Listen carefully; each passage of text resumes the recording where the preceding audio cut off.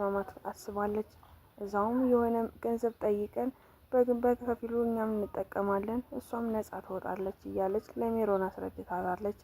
ሜሮን ነገሩ ግራ ቢገባት ያለኝ ገንዘብ ከጨረስኩ በኋላ ራሴን ለመንግስት አሳልፌ መስጠት የለብኝም እና እውነታውን ሁሉ ተናግሬ የተፈጠረውን መቀበል አለብኝ ብላ አሳውቃለች። ራሴና ሰላም በአንድ ላይ እየሄዱ ነበር።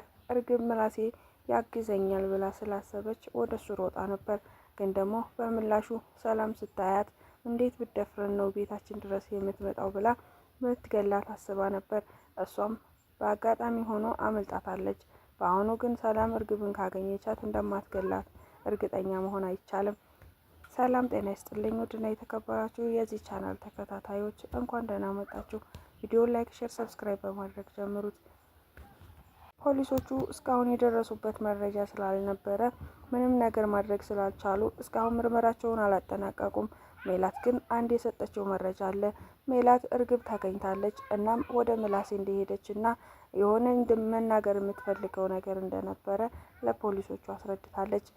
ፖሊሶቹም እርግብ ከዚህ በኋላ እንዴት ልትመጣ ቻለች? እስከ ዛሬኛ ስትፈልጋት የለችም ነበረ። አሁን ግን ለምን መጣች?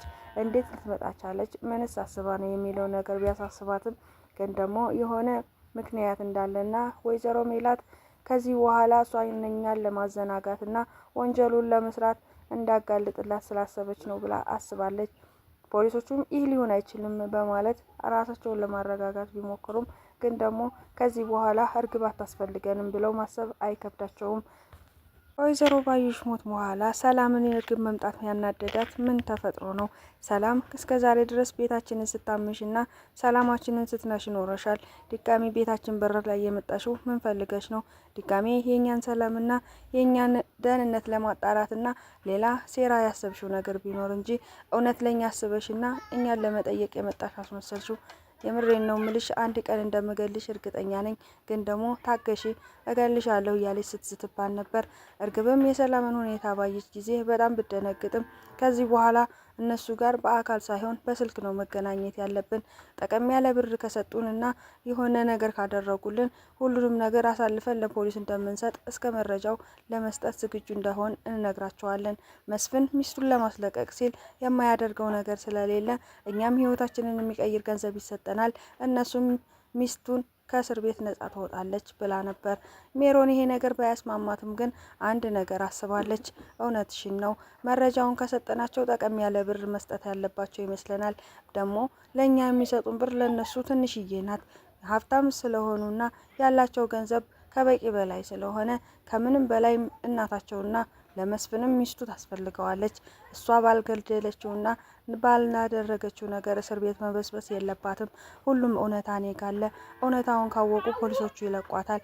የፍርድ ቤት ቀጠሮዋም የተራዘመው ሊታጠር ይችላል። ስለዚህ እያንዳንዱ ነገር ማስረዳት አለብን። ይህ መረጃ ኮፒውን መስጠትና ታዲያ ኮፒውን ከሰጡ በኋላ ኦሪጂናሉን ለማግኘት ቅድሚያ ገንዘቡን ማስገባት እንዳለባቸው እንነግራቸዋለን። ከዛ በኋላ እሱን ካገኘን በኋላ እኛም ሀገር ለቀን እንጠፋለን። ከዛም በኋላ ግን እኛ ነጻ እንሆናለን። ወይዘሮ ሜላትም ካለ ስራዋ የታሰረችበት ምክንያት መፍትሄ ተገኝቶለታል ማለት ነው በማለት አስበዋል። ግን አንድ ያስፈራት ነገር አለ።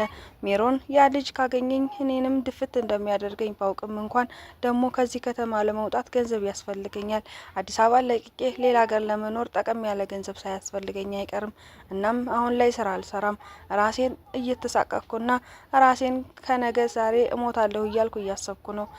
ስወጣ ስገባ ያ የሰማይ ስባሪ የሚያክል ሰውዬ እንደሚከታተለኝ ሳስብ ዛሬ በሰላም ቤት ይመለስ ይሆን እያልኩ አስባለሁ። ስለዚህ ይህን ከተማ ለቅቄ ከወጣሁና ከዚህ ገንዘብ ከተሰጠን ጥሩ ህይወት ይኖረናል ብላ ነበረ። ግን ደግሞ ይሄ እንዲሁ የሚሆነው መስፍን ከተስማማና ፖሊሶቹም ገንዘብ መቀበላቸውን ካወቁ ድጋሚ ወንጀል እንደሰሩ ነው የሚያስቡት። ሜሮን ከዚህ በፊት ሪከርድ ስላለባት እርግብም ደግሞ የምታውቀውን በሙሉ መናዘዟ ማይቀር የሆነ ስርዓት እንደሚደርስባቸው ያውቃሉ። ይህ ሁሉ ከመሆኑ በፊት ቀድመው መጥፋት እንዳለባቸው ቢያስቡም እንኳን አሁን ላይ ትንሽ የሚከብድ ነገር አለው። መስፍን ሁሉንም ነገር ከፖሊሶቹ ጋር መጨረስ እንጂ የሚፈልገው በግል ገንዘብ ከፍሎ ሚስቱን ከእስር ቤት ማስወጣት እንደማይፈልግ፣ ሜላትም ከእስር ቤት አልወጣም፣ እውነታው ተደብቆ እንዲቀር አልፈልግም፣ የጓደኛ ገዳዮች በእኔ ያሳባው የኔና የሷን ጸብ ክፍተት ተጠቅመው እሷን አጥቅተው ገለዋታል። ስለዚህ የእሷ እውነት ካልወጣ እውነቴን ነው እኔ ከእስር ቤት በነጻነት መኖር አልፈልግም። የእሷን ገዳይ ማግኘት አለባችሁ እና በገንዘብ ተደራድራችሁ ደግሞ ማንንም ወንጀለኛ ሳይሆኑ እከሌ ነው ወንጀለኛ ተብሎ እንዲመጣ አልፈልግም። እውነተኛ ወንጀለኛው ማን ምን እንደሆነና ትክክለኛውን ሰው አምጥታችሁ ለፍርድ እንድታቀርቡ ነው የምፈልገው። ለምን እንደመጣች እርግብ አሁን ላይ ምላሴን ለምን እንደፈለገችው መናገር ቢከብዳትም ሜላት ግን ያለውን በሙሉ ለፖሊሶቹ ነግራለች። ፖሊሶቹን በሰዓቱ እስከዛሬ አዲስ አበባ ሙሉ አዲስ አበባን ስንፈልጋት ኖረን ዛሬ እንዴት መጣች ለምንስ መጣች የሚለው ነገር አሳስቧታል። ግን ደግሞ ሜላት አሁንም ቢሆን እርግብ የምታውቀው ነገርና አንዳንድ ነገር ስላለ እሷን ማግኘት አለብን። ሜሮን ሁሉንም ነገር እንደምታውቅ እርግጠኛ ነኝ። ሜሮንን በምርመራው ላይ መርመራችሁ እሷ ቀርባ ቃሏን እንድትሰጥ ካደረጋችሁ ምናልባት የባዩሽ ገዳዮች ሊገኙ ይችላሉ። ስለዚህ ያን ነገር ካላገኛችሁ ግን እኔ በነጻነት የምኖር አይመስለኝም። እፎታ ማገኘው ከእስር ቤት መውጣት ደስ የሚለኝ የእሷ ገዳዮች ተገኝተው እኔ ነጻ መሆነው ያኔ ነው። ንጹህ አየር እንድተነፍስ ከፈለጋችሁ እያንዳንዱ ነገር አጣሩ። የፍርድ ቤት ቀጠሮዬ ደርሷል። በዛ ፍርድ ቤት ቀጠሮዬ የወይዘሮ ባዩሽ ገዳይ ተገኝቶ እኔ ነጻ መውጣት አለብኝ። እናም እናንተ እያንዳንዱ ነገር አጣሩ ብላ ተናግራለች። ይህ ነገር ቢያሳስባቸውም ፖሊሶቹ ግን አይ የሆነ የማዘናጋት ስራ እየሰራች ነው የሚሆነው ገዳይዋ እሷ ናት ብለው ቢደመድሙም ሜላት ግን አንድ እውነት አላት። ሜላት ሜሮን እንደምታውቅ ብታውቅም እንኳን ፖሊሶቹ ሜሮንን ሊያገኟት አልቻሉም። ሜሮን አሁንም ቢሆን እየተደበቀች ነው። ግን እርግብ ለምን መጣች የሚለው ጥያቄ ቢፈጥርባቸውም ሙሉ አዲስ አበባን ስናስሳት ኖረን አሁን ከየት ነው የመጣችው? አዲስ አበባ ውስጥ እንደኖረች ነግራናለች። አዲስ አበባ ከኖረች ደግሞ እንዴት እኛ አላገኘናትም የሚለው ነገር አወዛጋቢ ሆኗል። ግን የሁሉ ካለፈው በኋላ ምላሴ አንድ አስበው ነገር አለ። ሜሮንን ካገኘኋትና ሜሮን አንድ ነገር ስለ እናቴ ብትነግረኝ እንኳን እናቴን የማወጣበት አንድ ዘዴ ይኖረኛል ብሎ አስቧል። ሰላም ግን አይ ማንንም አሁን ማሰብ አልፈልግም። እርግብ ለምን እንደመጣችና ትናንት ቤታችንን እንደዛ ስታመሰቃቀል የነበረችው ሴት ዛሬ ደግሞ ንጹህ ሰው ነኝ ብላ እንድንረዳት እርዳታ ጠይቃለች። ስለዚህ እሷን መግደል ከሌለብኝ እኔ እውነት ቆሜ መሄድ እርግጠኛ አይደለም ብላም ተናግራለች። ይህ ሁሉ ከሆነ በኋላ ሜላት ምን እያሰበች ነው? የሜላት ጉዳይ ቢያሳስባቸውም እንኳን ሜላት አሁን መውጣት ብትፈልግም አትወጣም።